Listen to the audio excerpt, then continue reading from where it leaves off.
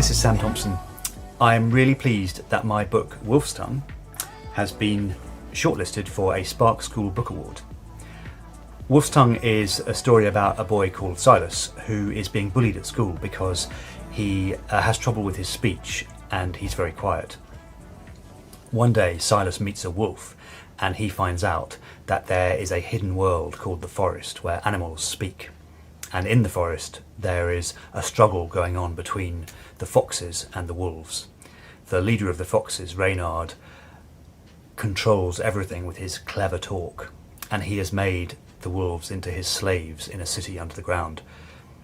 Silas wants to help his wolf friends to escape from the foxes, but to do that he has to face his own struggle with words. Now, lots of stories for children have talking animals in them, but I started to write Wolfstongue because I wanted to think about what it really means to be an animal who can talk, because that's what we are, that's what human beings are. And I wanted to think about what a strange thing it is to have words, and what a wonderful thing it is that words are such a gift, but they can also be very tricky for us as well. That words can help us and they can hurt us. So I think that's what the book is about. I'm just going to read you the first 2 or 3 pages of Wolfstongue, just to give you a little sound of what it's like. There was a wolf on the cycle path. Silas walked along the path every day after school.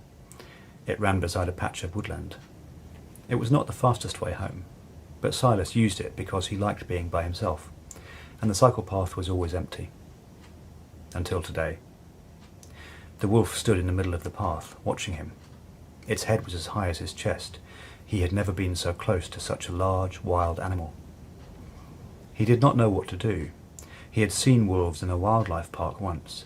They had been pale, silent shapes, slipping between the trees, too far away to seem dangerous or even quite real. But this wolf was real. He could hear it panting. He could see its wet red tongue and its long white teeth. At the sight, a chill crawled all the way from his shoulders to the base of his spine, and goose flesh tingled on his arms. His heart beat hard in his chest. He told himself he ought to back away carefully. He ought to run. But if I run, he thought, the wolf might chase me. Maybe I should flap my arms and shout so that it goes away. Wild animals are usually nervous of people, aren't they? But the wolf did not look nervous. It looked hungry. Its grey eyes were fixed on Silas, just waiting for him to start running. The narrow path was like a trap, with a brick wall on one side and a wire fence on the other. He held his breath. He kept very still, and then the wolf took a step forward. Silas nearly ran. He nearly cried out in fright and fell over backwards. But he did not do this, not quite, because he had noticed something. The wolf was walking oddly. It was limping, barely touching the ground with one of its front paws. When it was almost within reach, it held up the paw as if it wanted to shake hands.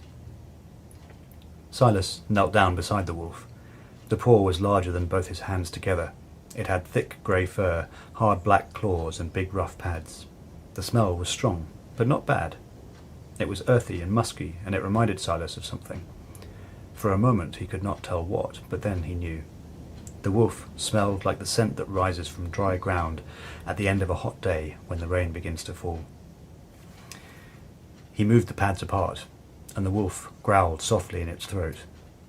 Silas let go in a hurry, but the wolf whined and offered him the paw again.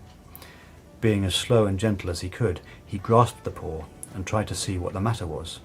Yes, he thought, something was lodged there, a metallic glint deep between the pads. The wolf gave a snarl as he eased the paw open, but it let him coax the object free. It was an old brass drawing pin, battered and bloody. It must have been digging into the paw at every step. So, thank you for listening, and again, I am really pleased to be part of the Spark School Book Awards.